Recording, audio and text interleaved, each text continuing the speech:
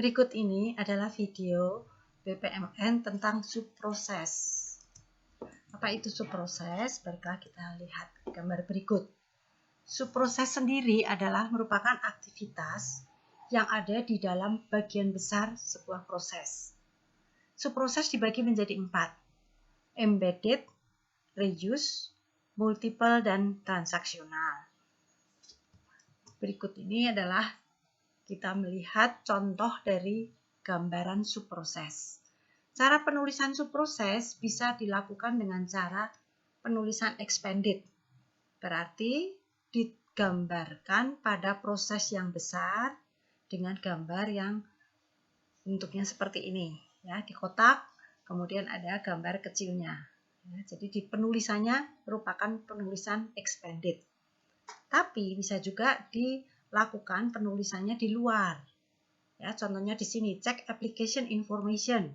Ini kita tahu ini sebuah subproses. Tapi penjelasan dari subproses ini akan dilakukan di line yang berbeda, biasanya di bagian bawah. Ya. Oke. Nah, ini adalah elemen-elemen dari subproses. Ada yang disebut sebagai event subproses, ada yang disebut transaksional. Kita mengerti semua yang berhubungan dengan keuangan itu transaksional. Ada ad hoc subproses, standard loop, multiple, instant loop. Ya, kita akan coba lihat juga satu persatu. Embedded subproses. Embedded subproses adalah suatu aktivitas yang tidak berdiri sendiri. Ya, tidak berdiri sendiri dari sebuah proses yang utamanya. Ya, oke. Nah, sebagai gambar adalah gambarnya seperti ini. Ini merupakan embedded subproses. Ya. Nah, sebagai contoh di sini ada subproses check application information. Ini tidak bisa berdiri sendiri. Aplikasi information ini bisa didapatkan setelah ada report, ya, report application information. Baru ada bisa dilakukan pengecekannya. Nah, proses pengecekannya seperti apa? Maka ini penulisannya akan disendirikan. Penulisannya tidak dilakukan di dalamnya. Ya, tadi kan ada model penulisan yang expanded ya, langsung digambarkan pada proses yang besar. Ini disendirikan. Ya. Nah, kalau kita lihat gambar berikutnya, ini adalah subproses yang tadi. Subproses tentang checking information. Ya, diletakkan di bawah penulisannya sendiri. Ya, jadi subproses yang kita gambarkan di atas itu ada penerangannya di bagian bawah. Gitu. Nah, ini kalau dituliskan secara expanded, ya, dituliskan pada proses yang besar. Boleh. Kita boleh melakukan pilihan, mau melakukan penulisan secara expanded ataupun penulisan tersendiri, ya, terlepas di bagian bawah dari line. Ya. Reuse subproses. Subproses yang independen dari parent proses. Ya. Tujuan dari reuse subproses ini adalah dia bisa digunakan berkali-kali. Ya, subproses yang bisa diulang atau yang biasa dilakukan, ya, dan itu dilakukan sebagai suatu aktivitas yang berulang. Ya. Lalu ada juga yang disebut ad hoc subproses.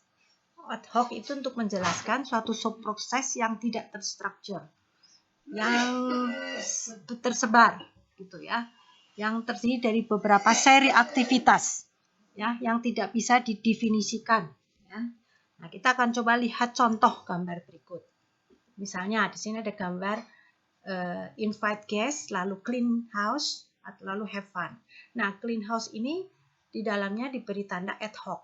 Kenapa? Karena clean house itu bisa termasuk di dalamnya clean kitchen, clean dining room, lalu juga potong rumput, ya, semuanya termasuk di dalam clean. Gitu. Ad hoc subproses bisa juga dicontoh pada gambar berikut, ya. Contohnya evaluasi aplikasi. Ya, ketika evaluasi aplikasi di dalamnya ada invitation yang diciptakan, ada interview, ada analyze video, ada telepon call. ada internet research, ada submission decision ya. Jadi banyak langkah-langkah yang cukup dilakukan di dalam ad hoc subproses. Ya, cukup complicated, tidak hanya satu ya yang harus dikerjakan. Berikutnya adalah multiple subproses. Multiple subproses adalah sesuatu yang repeat ya, yang diulang secara terus-menerus ya, seperti loop ya. Jadi ini merupakan iteration ya, bisa berupa sequential atau paralel. Biasanya bila kita menggunakannya ini pada proses-proses pembuatan coding ya. Contoh multiple subproses di sini gambarnya ya. Untuk evaluation ya, itu kita menggunakan multiple subproses karena evaluasi ini akan dilakukan pada setiap dari karyawan kita gitu ya, baik evaluasi self evaluation maupun evaluasi masing-masing individu karyawan kita gitu. Multiple subproses bisa bersifat paralel ya, bisa bersifat dari misalnya adalah mengevaluasi kandidat ya, bisa juga nantinya bersifat bukan paralel ya, horizontal. Transaksi subproses ini jelas sesuatu yang menggunakan transaksi adalah menggunakan data-data keuangan ya, beberapa tugas yang related satu dengan yang lain yang akan diperhitungkan dengan keuangan gitu ya. Nah, contohnya ini business trip arrangement. Ya, kita di sini menggunakan gambar transaksional. Ya. Kenapa? Karena di dalamnya ada train reservation, ada hotel reservation. Ini semuanya membutuhkan perhitungan-perhitungan keuangan, gitu ya. Termasuk juga airline reservation, gitu ya. Nah, kalau semuanya sudah beres, baru business trip-nya itu bisa di-offer, ya. Setelah kita tahu dengan jelas perincian dari sebuah trip, gitu, ya. Oke. Cancellation intermediate event. Nah, dalam intermediate event sering bisa terjadi suatu cancellation. Nah, kalau cancellation itu menyangkut tentang keuangan, maka kita bisa menggunakannya di dalamnya transaksional subproses. Ya. Sebagai contoh, nanti kita bisa lihat di sini. Misalnya transfer uang, dikembalikan nih uangnya karena misalnya karena COVID tidak jadi traveling, gitu ya. Nah, kita kan ada transfer balik, ya, itu menggunakan transaksional subproses, ya.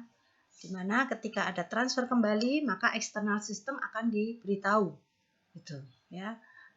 Konsumennya juga akan diberitahu, ya. Oke. Ini contohnya adalah transferring fund of disbursement. Jadi ada transferring dana ketika pencairan, gitu ya. Ini menggunakan bentuk transaksional. Ya, karena pencairannya bisa menggunakan debit, ya. Nanti juga bisa compensation debit, ataupun kalau kita melakukan bisa juga dengan banking, ya, dan itu prosedur-prosedur transferring yang menggunakan semuanya perhitungan-perhitungan secara transaksi, gitu, ya.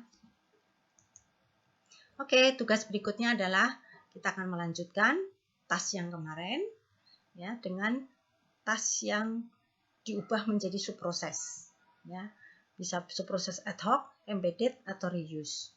Ya, tentukan juga subproses apa yang sebaiknya diubah menjadi multiple subproses. Tambahkan timer event, transaction subproses ya, untuk mendukung requirement nomor 5 itu. Pengiriman uang beasiswa ke mahasiswa setiap bulan tanggal 1. Itu kan dilakukan secara terus-menerus ya, subprosesnya ya. Tapi subproses yang merupakan transaksional. Nah, coba itu digambarkan di dalam transaksional subproses. Oke, sampai di sini kita akan melanjutkan nanti untuk pelajaran BPMN yang berikutnya.